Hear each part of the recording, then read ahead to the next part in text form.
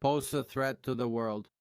For them, but ultimately, well, for the world, the diplomatic path, if there really is one, I'm not sure there is, but if there really is a diplomatic path and we keep exploring it, Steve and Jared are working very hard on that. If there is one, it could be a path that leads them to reconstruction, to prosperity, to stability, and to no longer pose a threat to the world.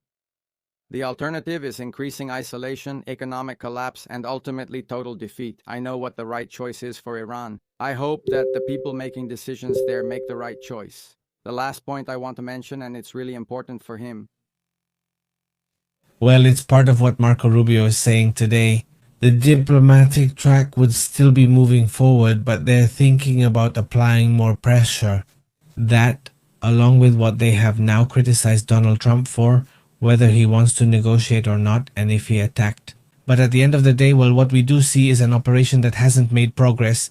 And not only did he not want to move forward, but right now he has said that he is going to negotiate. He's doing it for two reasons, but that doesn't mean the war is over. From my point of view, I think it will continue, but until he returns from China, he won't take action. Right now, all the focus is on China. They're going to focus on that. If the operation continues, he wouldn't be able to negotiate anything with China. So, well, for now, everything will be on hold until he returns from his trip to China. That's the approach he's taking, man. Marco Rubio says the following.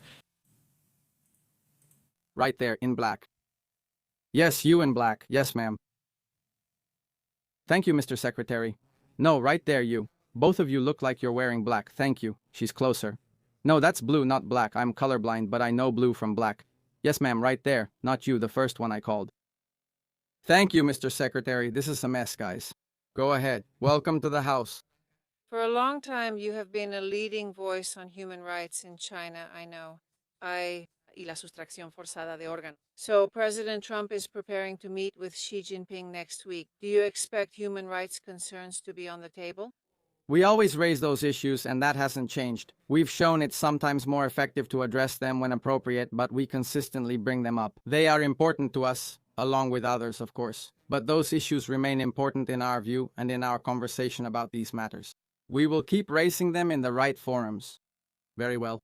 Let's go to the front. They'll get angry. Go ahead. Sorry. Thanks. Salma Khalifa press status said that some countries are willing to support the Liberty Project. Can you say how many? Well, the Liberty Project is over, or the Liberty Project is on hold, at least until it comes from China. Or also, obviously, if something happens with Iran or if they go there too, well, it will depend on what strategy they want to follow or how they want to put pressure in one way or another. Marco Rubio also talks about the sanctions. This is what he says. Ignore the United States sanctions. Could you also address that topic? Consult the Treasury about that. We have options. If you ignore the sanctions, there will be secondary sanctions. There are no announcements today, but we don't do this for symbolic reasons. About your first point, the visit. I hope the Chinese tell him the truth. What they're doing in the Straits is isolating them globally. You're the villain here. You shouldn't be blowing up ships or laying mines. You shouldn't be holding the global economy hostage. I hope the Chinese deliver that message directly. As I mentioned earlier today, China is an export-oriented economy. Well, I'm not here to speak on behalf of what's best for China, but it's obvious. China is an export-oriented economy. That means they depend on other countries to buy from them. Well, you can't buy from them if you can't ship the products there. And you can't buy from them if your economy is being destroyed by what Iran is doing. So it's up to Iran. It's in China's interest for Iran to stop closing the straits. It's also hurting China. Also, the message they send to the Secretary of War, whether he gets angry or not, that's what's being proposed to him. I'm saying what was being asked. No, let's see, and we'll talk about it in a moment. Listen to this. Of course. James, go ahead. Sir, Mr. Secretary, thank you. General, thank you. First, I want to express my gratitude and admiration for the work you do, and for everyone who is part of our armed forces, and also for the achievements of the operation. Epic Fury, which I think is too often minimized, but those achievements do not mask, in my opinion, a central failure that has occurred here, and I would like both of you to address it. Day of this conflict. President Trump spoke directly to the Iranian people and said, "When we are done, take control of your government. It will be yours to take." And then, on the seventh day of the conflict, in a social media post on Truth, the president said, I quote, "There will be no deal with Iran, except, all in capital letters, ! Unconditional surrender." What happens to that promise made to the Iranians? And when did the president decide? What happens in response to his demand for unconditional surrender? Well, James, I wouldn't do it. I wouldn't do it. You started off very well, but you ended up exactly where we knew you would. The president hasn't given in on anything. He holds the cards. We still have them, we keep the advantage, and projecting freedom only strengthens it. And so, he will make sure that any agreement made or any final status reached guarantees that Iran never has a nuclear weapon, which is the most important thing, and he has focused on that. The agreement and discussions revolve around that. And what the Iranian people do with that afterward depends on them. And he has been very clear about that. And maybe you do it now, maybe it happens later. But ultimately, he has also made it clear that we are not going to get entangled in a nation-building project. Our objectives are clear. They've been pursued from the start.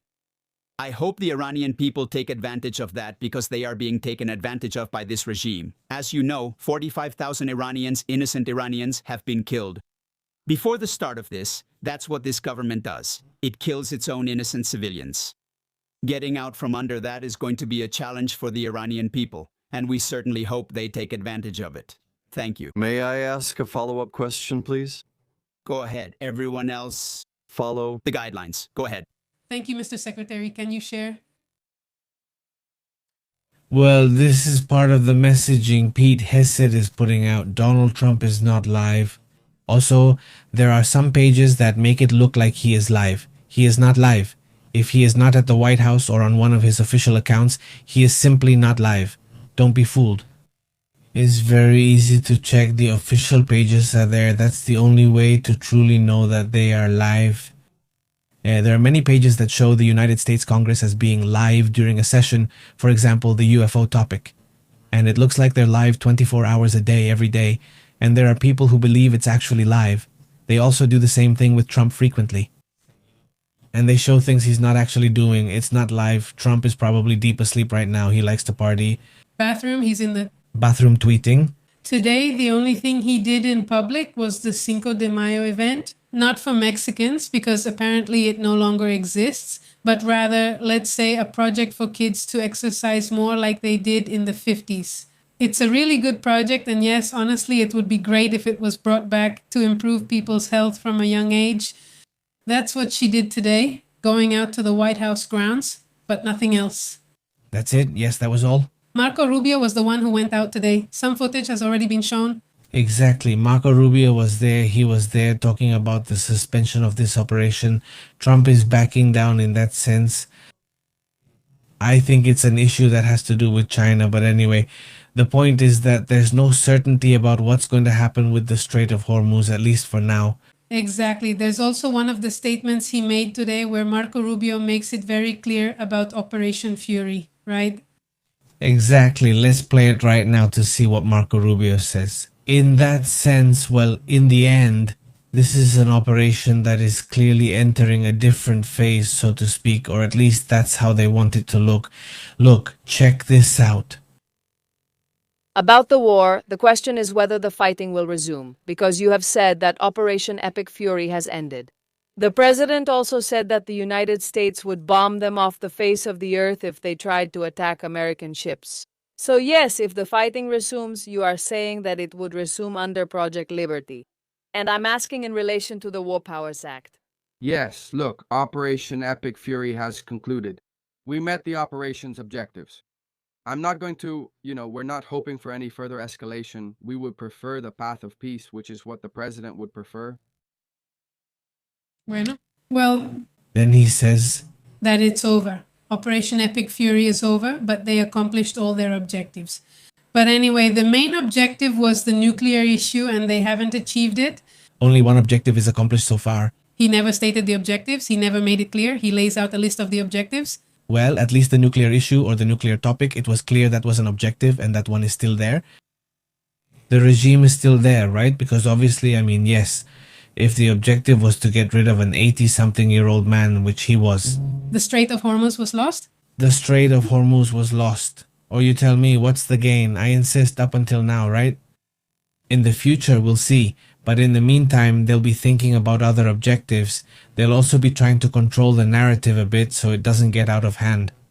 Well, this whole issue, because obviously the elections are just around the corner, what we'll also have to watch is the price of oil. If the price of oil starts to go down, well, that will be news.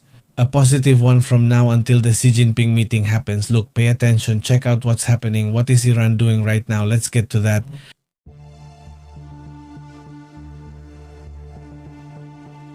Yes, Abbas Aragashi, who is the Minister of Foreign Affairs, what is he doing? At the end of the day, he is the one who represents the international strategy that the Iranians have.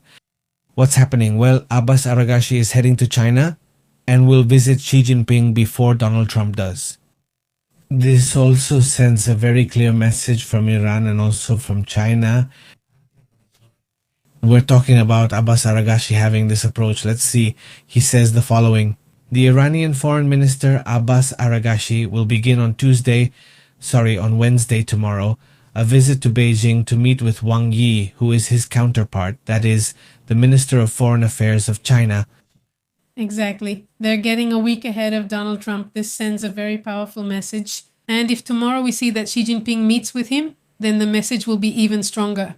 We'll see what happens tomorrow. Well, in a few hours.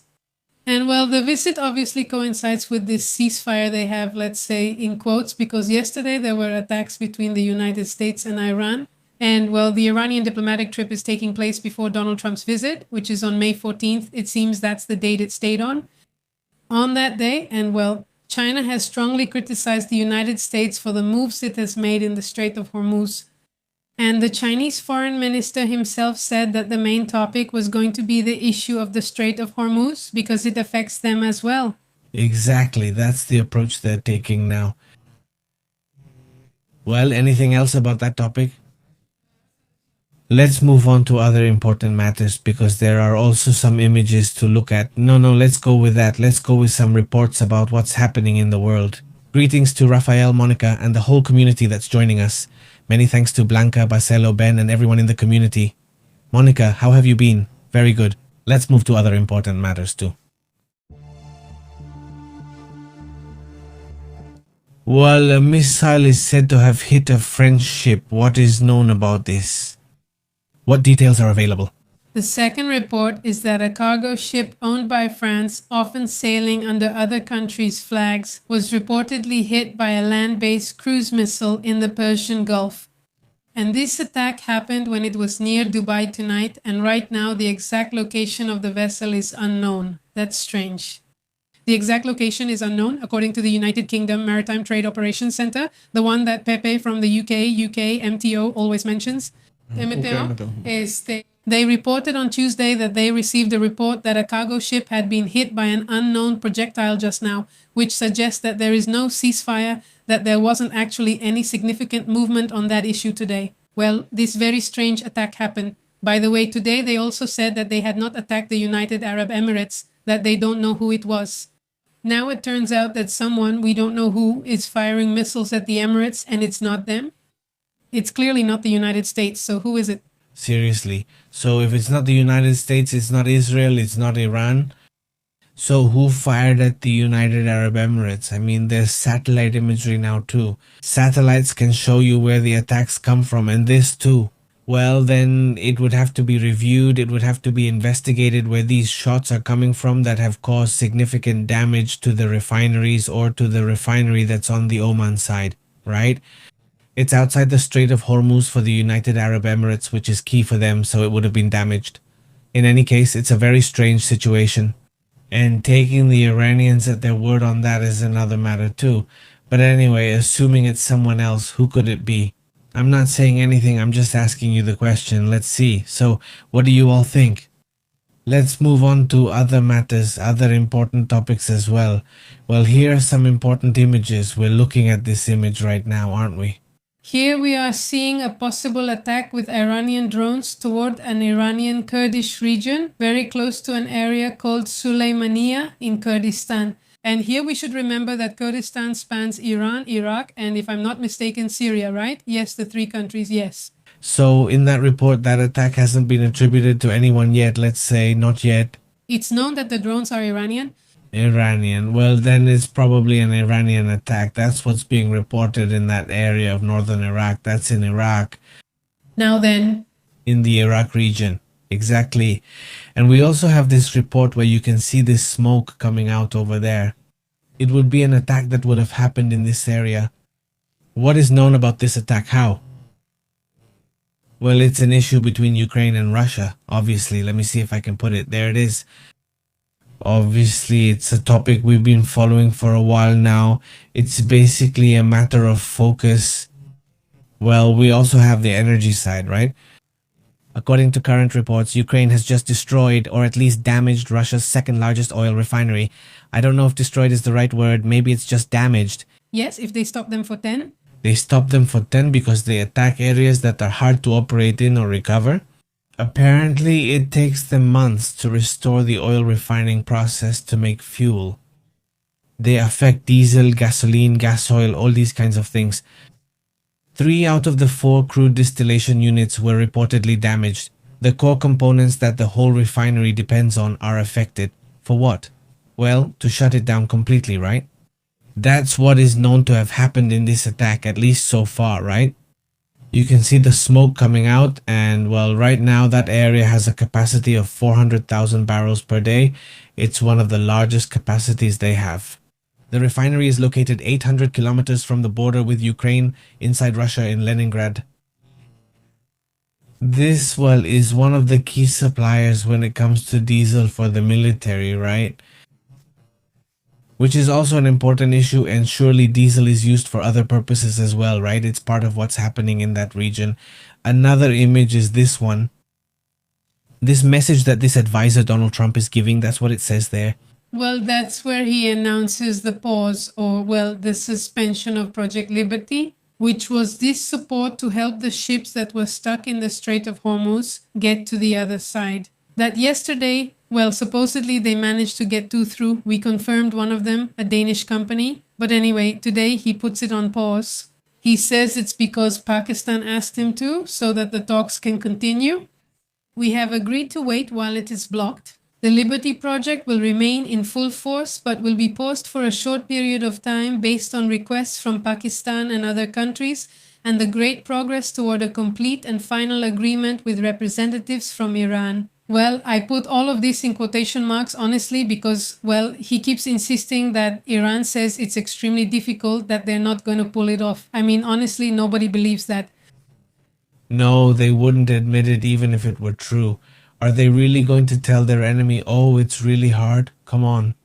Honestly, we really messed up badly. But according to him, the agreement is basically a done deal. You know how long he's been saying they've already accepted the 15 points?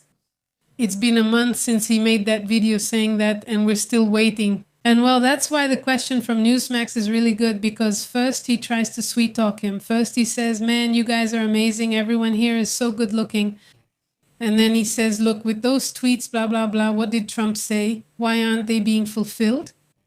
He got upset because it was such a good question. Exactly. Exactly. No, of course, it's just that he understood how questions are handled now in Washington, but especially with pitches and Donald Trump, that's how it is.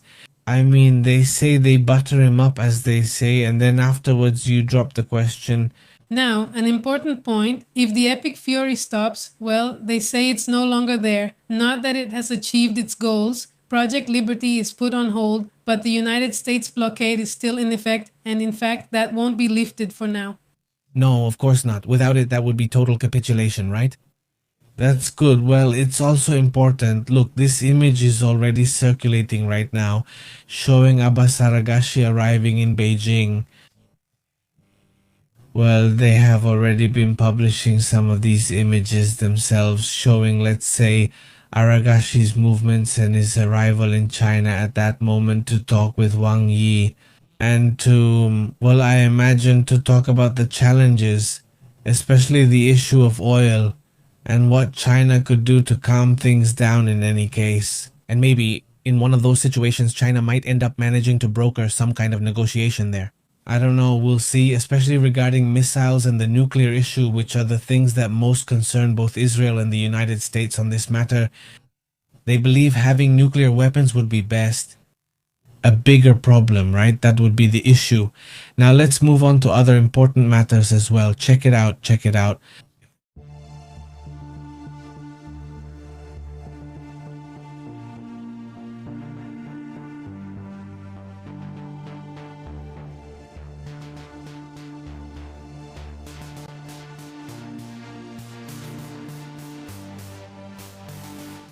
Well, that's another report that's drawing attention. It's this thing we're seeing right now. What's it about?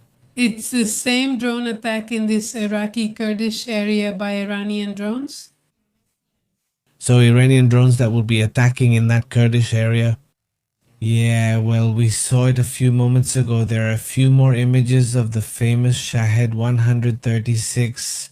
Well, those are the ones being used, so that's why it's clear that it would be an attack by the Iranians themselves. Another image that also draws attention is this one. Let's see if we can show it here. It's this image. What is that about? Here we are also seeing some movement, though it's not confirmed in Tehran as well. If you look, you can see what looks like a projectile or a missile. What you see there is a kind of projectile. These are photos that have been shared. According to the report, it says the following. It says informally that an Iranian cruise missile has just been launched from Bandar Abbas towards the Strait of Hormuz. The first reports from local media say that a cargo ship was hit. It could possibly be the French one. Well, that's what I think. It could be the French ship because that's the most recent attack that has happened, as far as we know, coming from Iran. And right now we don't know the condition of the ship, right? Exactly, no, there's no information. They don't know where it is.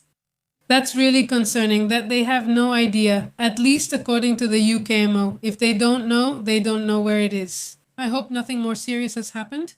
Yeah, exactly. Also, well, the government of Sudan apparently released this message in which, well, you can see an attack.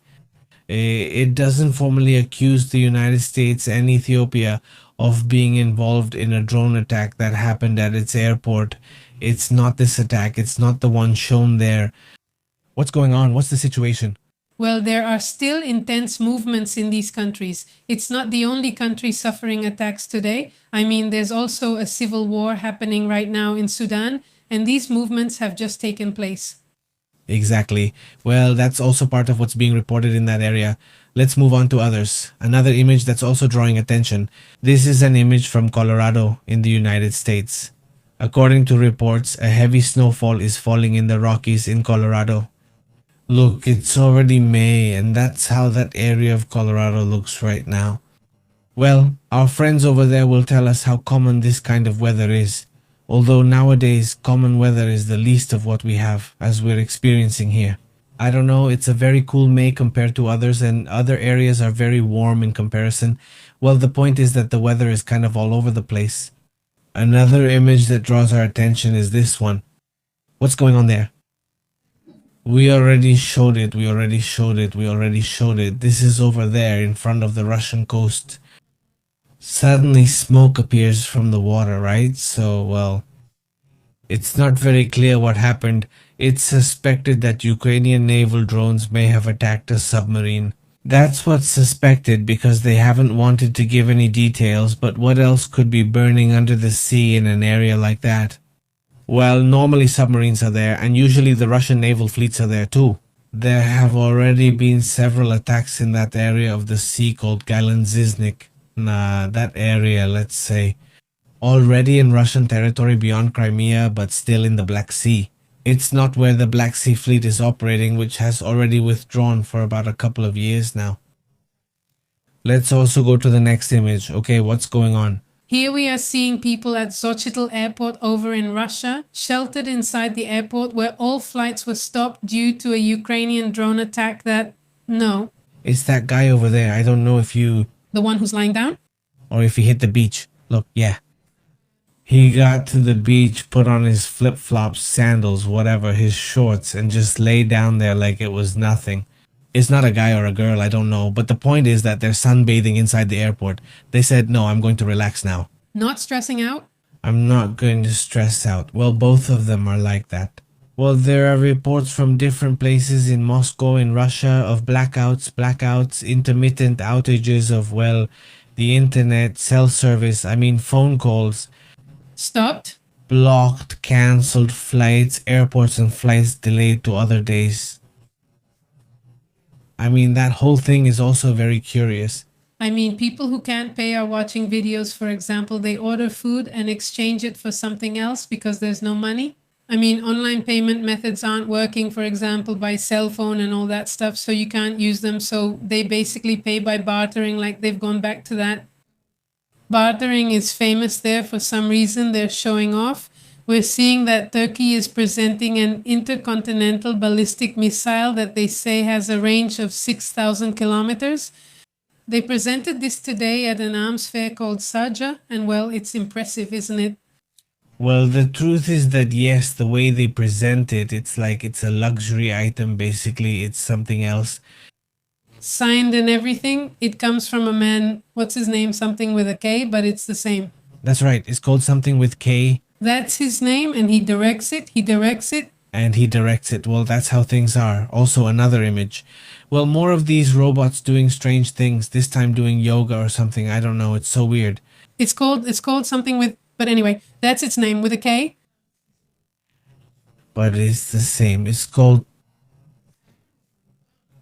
something K, But but it's doing yoga. I don't want something that does a better workout, yes? Wow, check this out. Besides, I can't do that. Wait, my shoulder will pop out. What's up with that twist? Well, that's how these robots are. Let's move on to other topics. It's not Boston Dynamics. That's the classic one. It's been a long time since there were videos about it. Now that it's with Unity, there are videos almost every day. There are also a lot of jealous videos. If I give it away? She also fell down. She's just there kicking in the air. Nothing more at 11. Well, let's move on to the other matters, the other important topics as well. Let's go.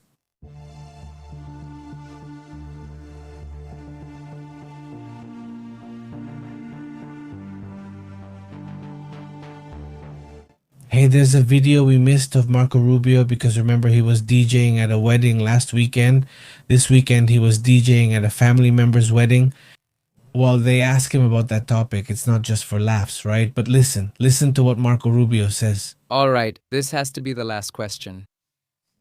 Go ahead. Thank you, Mr. Secretary. A lot of people want to know what your DJ name is.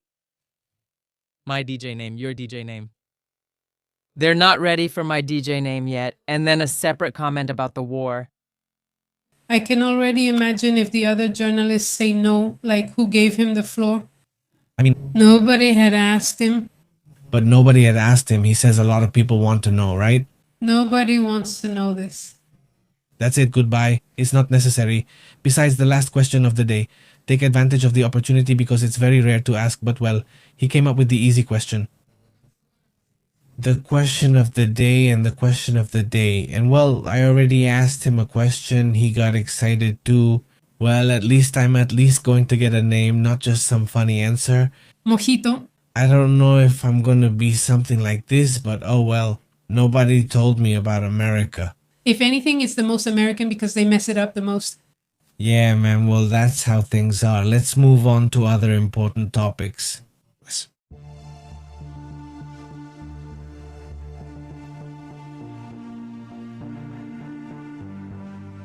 Well, they say that the doctor on this cruise has hantavirus, right? Well, he might have gotten a bit sick too, right? He's someone who has been in contact with everyone. With everyone who has it. So, obviously we'll have to wait for more confirmations, but the suspicion is that this hantavirus might be spreading from person to person. No, it's not a virus. They say it spreads through the air, right? And that it spreads like certain flus and things like COVID, etc. But even so, obviously the risk, especially because of the mortality rate it has, is something to keep an eye on, right? A lot of people already think they're going to start with lockdowns again and whether the vaccine will continue, but no one is talking about that. No vaccine? If it's going to happen, there's not even a vaccine. Don't even worry, there's no vaccine. There's no vaccine for this, so it's really about addressing and understanding the issue. And instead of just speculating whether it's true or not, it's better to just know the information to see what's actually happening. Well, it's a virus that, by the way, Argentina has already mentioned. Look, throughout the whole year, there have been 45 cases, 41 cases in all of 2026. Yes, they've been reported within Argentina. 41 cases is very, very rare. I mean, it's not a virus that spreads quickly.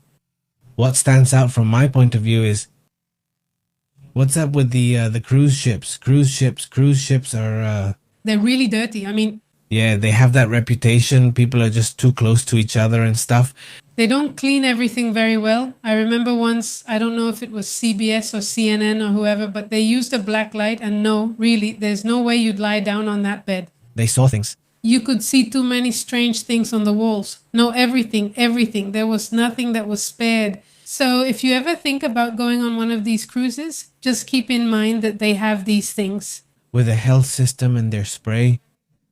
Yeah, that's right. At least it's enough, but oh well. It helps a bit. Well, I guess it will help, right? But anyway, so what else do we have over there? Today we have that the ministry, we mentioned the thing about China.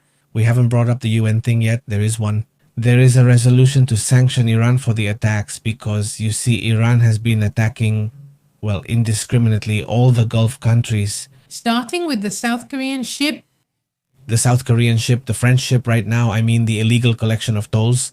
The UN already told them, look, you can't be charging that. I mean, you can't charge absolutely anything. That's a passage, it's a right of passage, etc., etc. And well, so what does the UN say? But today the UN held a debate about how it will warn Iran about the imposition of sanctions. I don't know how they're going to impose sanctions if the attacks and illegal toll collections don't stop. And this draft that was written today was prepared under Chapter 7 of the UN Charter, which will even allow the use of force. That's extremely rare to hear at the UN. The use of force to guarantee free navigation was announced today. According to the AP, the text demands that Iran immediately put an end to armed attacks against commercial ships and reveal the location of all mines placed in the area. It also demands that Tehran actively cooperate with the UN's humanitarian efforts to establish a safe corridor for sending essential aid, fertilizers, and other goods. According to this document, it is led by the United States and several nations from the Persian Gulf. And any non-compliance by Iran could lead to effective measures proportional to the seriousness of the situation, including sanctions. So they could already use force, right, basically, and obviously add more sanctions, which, well, there are already a lot in place. Part of Iran's negotiation points with the United States is to have the UN sanctions lifted as well. I don't know if the United States has the power to lift sanctions imposed by an organization. Well, at least that's the warning. Things got intense, it got tough. It should be 2 months, but if 2 months later? If this happened on day one, the UN would be different, and that's just the truth. Everything takes a long time, and also, well, the digital blackouts were decreed by the Russian president, not by this person who's now acting paranoid. All of this is forcing Russians to change their payment and communication systems because in the end, Russians want to stay in touch with their families, but if they take away the internet, your cell phones stop working and you can't pay with your card. I mean, whether this is a temporary standstill or not, I don't know, but at least for now, things are coming to a halt. Part of the country because whether it's a parade or 1,000 other reasons, but those who are, let's say, close to Vladimir Putin, they claim that he has entered a kind of paranoia phase for a few months now. Although this has been going on for some years, it has accelerated in recent months, distancing and isolating himself even more from those closest to him. Exactly. And well, this shutdown of digital payments we were just telling you about, which is something that, well, nowadays all countries or most countries use more than cash. Well, right now it's stopped. So much so that in Russia, the amount of banknotes in circulation increased by about 600 billion rubles. In the last 3 months, the cash in circulation has grown by more than 1.1 trillion rubles. The figure rose significantly, even though it had already risen in 2025, according to Bloomberg. And the Central Bank of Russia itself, well, warned that this is due to the increase in physical money, to the mobile connectivity blackouts that have forced people and businesses to use or go back to physical money in order to make payments. Well, that's how things are. Let's move on to other important matters.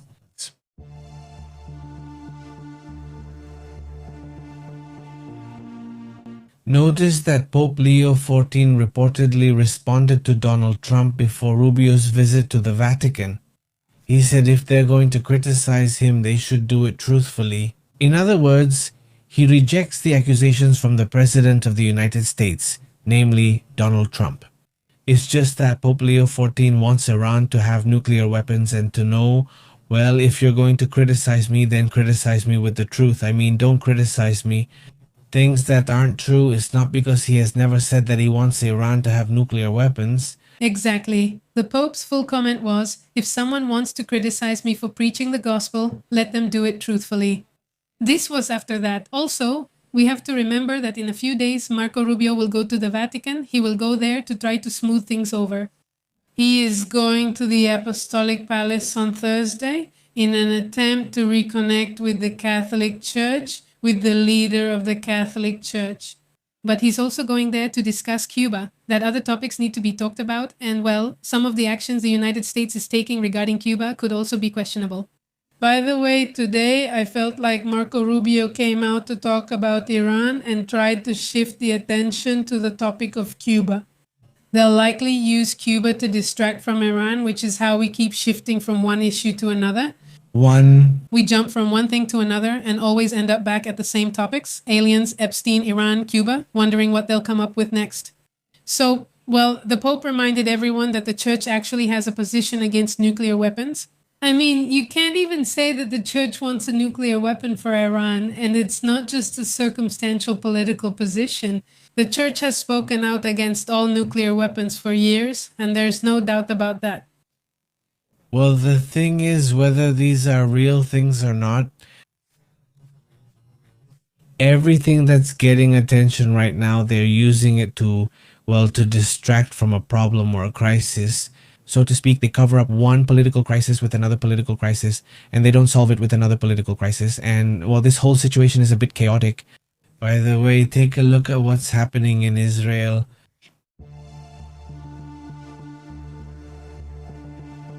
They say that Israel is on maximum alert. General Homer Dishner has taken command of the Air Force. This is happening amid the escalation going on over there in the Persian Gulf with Iran and the whole situation.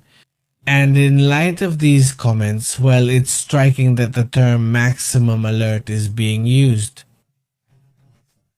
I mean, from the Air Force Command in the midst of all this escalation, well, the minister assures that they are on maximum alert, that they are ready for any situation. If they have to enter into conflict, they will do so immediately. Exactly. Dishner, who is the one we have here next to us, assumes command today. He is the new chief of the Israeli Air Force. And well, he delivered this very strong message during his inauguration ceremony. And the Chief of Staff of the Israel Defense Forces, the IDF, also spoke. Eyal Samir, whom we've mentioned here many times, suddenly he has had his clashes with Zanjajo, for example, and he has emphasized the same thing, that the army is also on alert. Maximum alert on all fronts. He says we are prepared to respond forcefully to any attempt to harm Israel. And at the same event, obviously the Minister of Defense was also there, Israel Katz, who has been much more explicit. And he assured that Israel supports Washington's diplomatic efforts, but that they may soon have to intervene again to ensure that the objectives are achieved. What he's saying is that at some point, possibly in a few weeks or a month, they may have to attack Iran again so that they accept certain points, certain objectives like the nuclear issue that is not being achieved. It hasn't been achieved so far either. Well, this graphic is being shared where you can see how the internet situation has been over there in Russia, how things have been developing. No, pues, well, let's see if we can put it on the correct chart.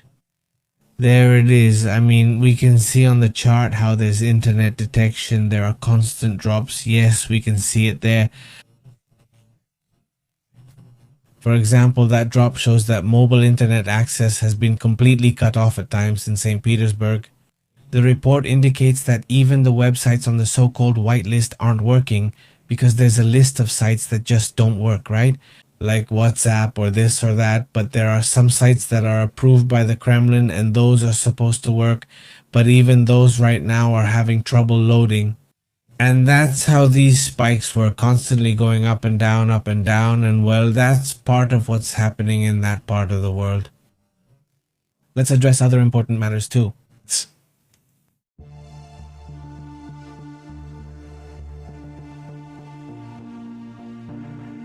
What else do we have over there? Today as well there was another attack in the Pacific. Yesterday we talked about one. Today there's another one. Don't think this is deja vu. No, it's another one, and there's another one on Tuesday. The destruction of another boat supposedly belonging to drug traffickers in international waters of the Pacific. And he said during the press conference, we just saw that the 3 crew members of the vessel reportedly lost their lives in the attack. The operation was announced. In fact, the Southern Command, on its official X account, stated that these people had reportedly lost their lives and that no Americans were injured. Well, they say that every time there's one of those attacks. It's true that it has to be an attack of that kind. Well, they mentioned that because it's basically standard protocol, but those kinds of operations definitely aren't stopping. That along with what's happening right now with Mexico, well, it draws attention because they're talking about a movement that seeks at least to put pressure on certain groups, but also on politicians. Right? They've been for a while now, well, connected or allegedly connected, although some of them with a lot of evidence are connected to organized crime groups, even for campaign matters, right? But at the same time, there's, for example, the former Honduran president who is clearly linked to drug trafficking and who was released by Donald Trump. Yes, it's very strange. There's a big contradiction here. If you're going to apply pressure, do it to everyone, right?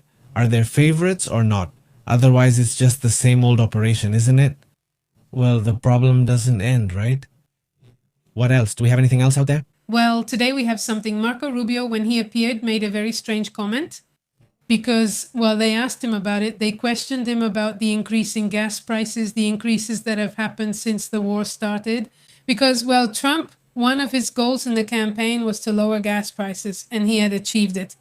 And, well, when the war started, obviously this went up, right? It increased.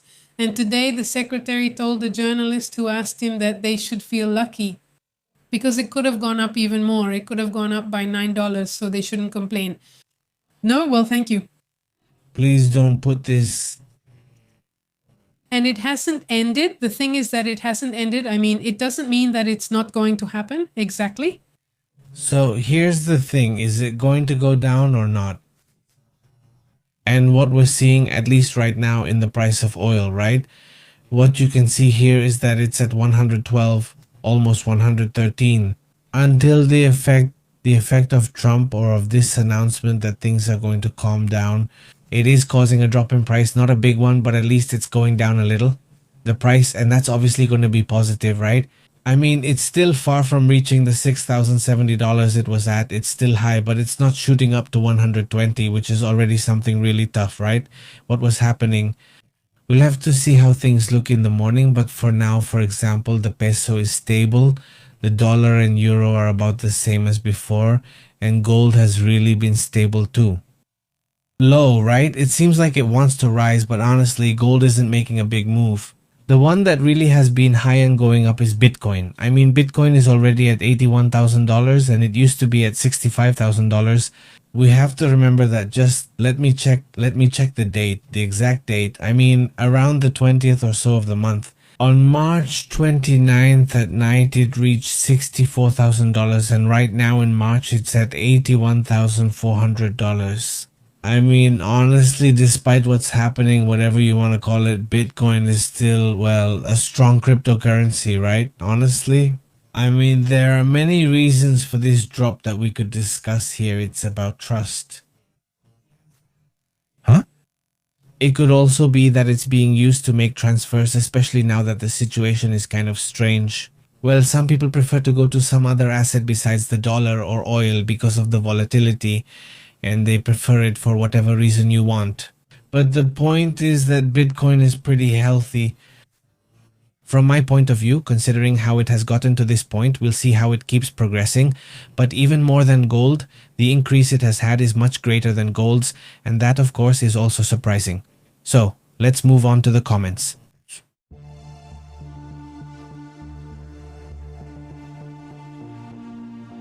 How has it been? How have you all been? Thank you so much for joining us. Rafael, how have you been? Ben Orval Munoz, how are you? Hello, Valverde Ofe Mendez, how have you been? Rublox Armando Alex Flores. Greetings, like the life of Flores. Also, a big greeting, Karim is very good. He says good night and Astrid says the world is in turmoil.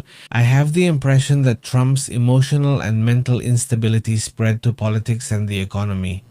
Karim says, the one of millions of people. How have you been, Karim? Big greetings, and by the way, thank you very much for your very interesting comment, because it's true, there does seem to be a sudden trend in politicians' behavior. First of all, I just want to thank the people who are subscribed, the people who support us with a super chat or a membership. All of that helps the channel keep growing, and we really appreciate it because it allows us to be here every day, dedicated to information and international topics. Leonardo says, in my view, Astrid, I think the intelligence services must have some basis for banning things. I don't think it's just paranoia, says Leonardo. It could be, Leonardo. Many times paranoia starts with real movements, right? And then the paranoia keeps increasing, but many times paranoia has a trigger, right? A trigger that can definitely be real. Right? Greetings to Rafael Ross. How are you? Also to Adilson, Ben, and Oscar Riquelme. Of course, if it's a luxury, it's extremely expensive. Greetings, Oscar.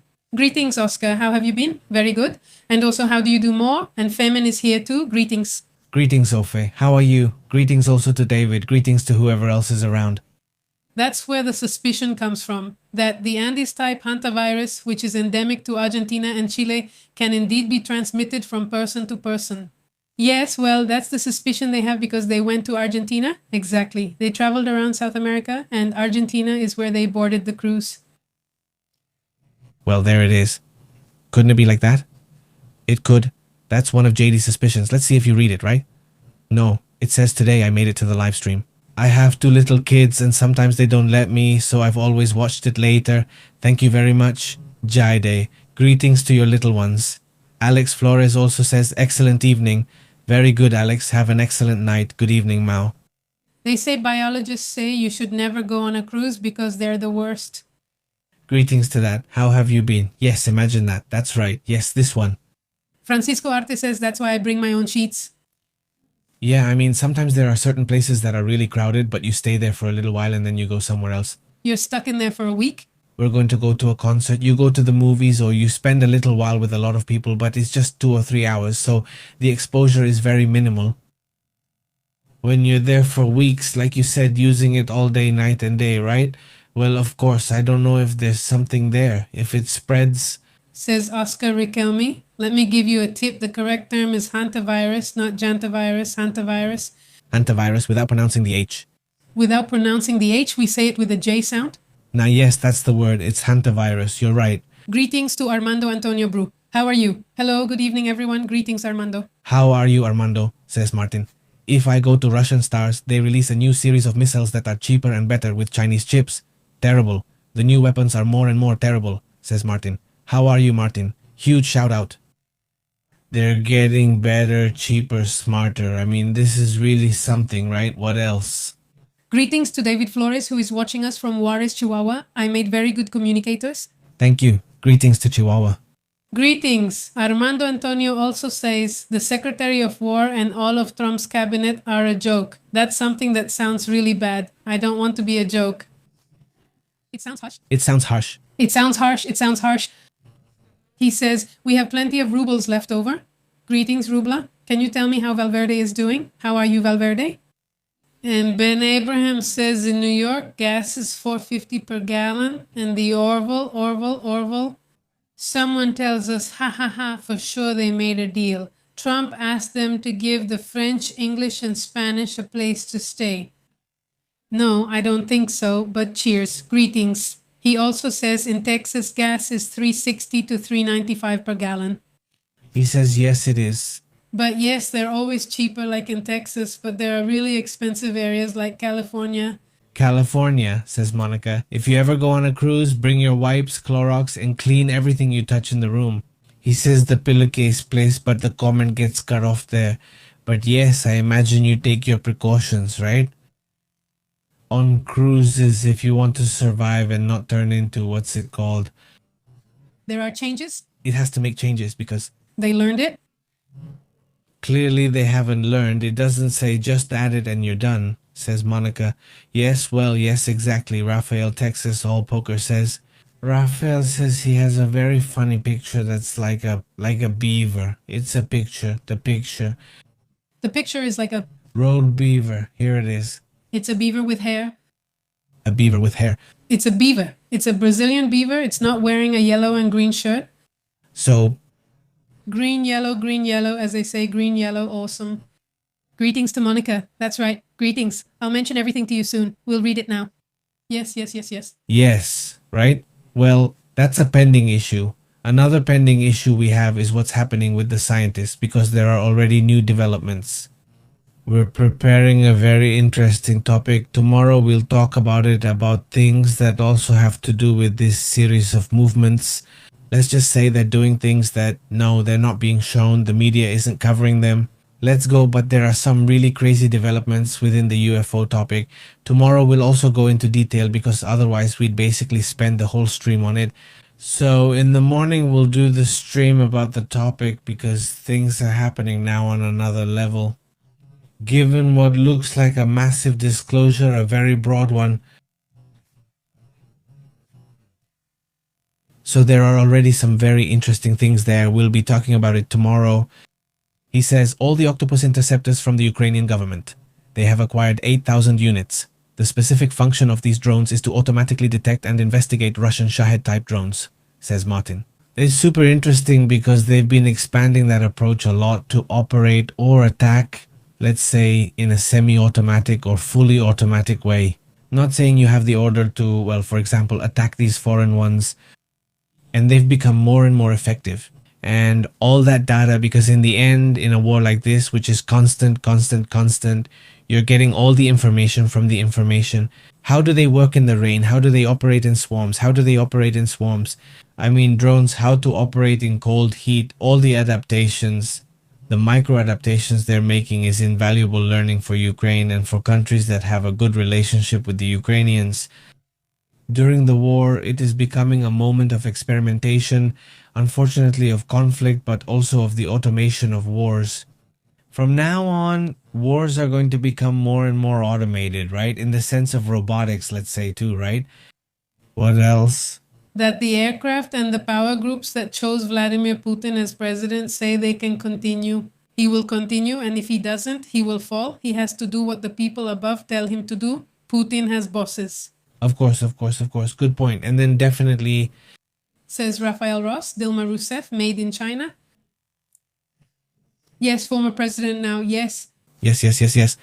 Greetings to Ofe, things Ofe, and Sebas says hello from Peru. Greetings, Sebas. Yes, he has strong ties to China. I believe he even lives there, especially for BRICS Bank matters and related activities. Of course. Yes, greetings. Sebas, how have you been in Peru? Big greetings from Raphael. Let's go. Guys, remember that we are on WhatsApp, we are on Telegram, and we are also on Facebook and Instagram. Thank you so much for being here, friends. Thank you very much. And also those watching the replay. Want and like to join us in the upcoming live streams? We'll be on early in the morning since we'll be updating throughout the day, right? So, well, help us out by sharing, liking, or however you prefer. There are many ways to support the channel in the description.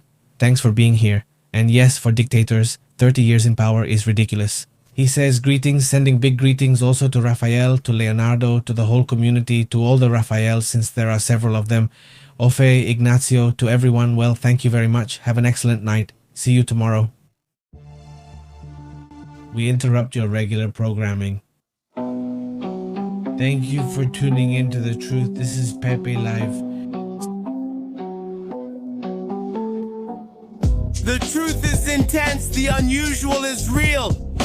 Here we analyze it, global focus, don't miss out, tune into the channel, Pepe Live taking over the airwaves.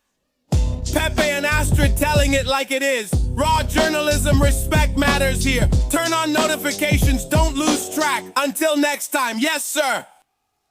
We're taking attendance. Subscribe.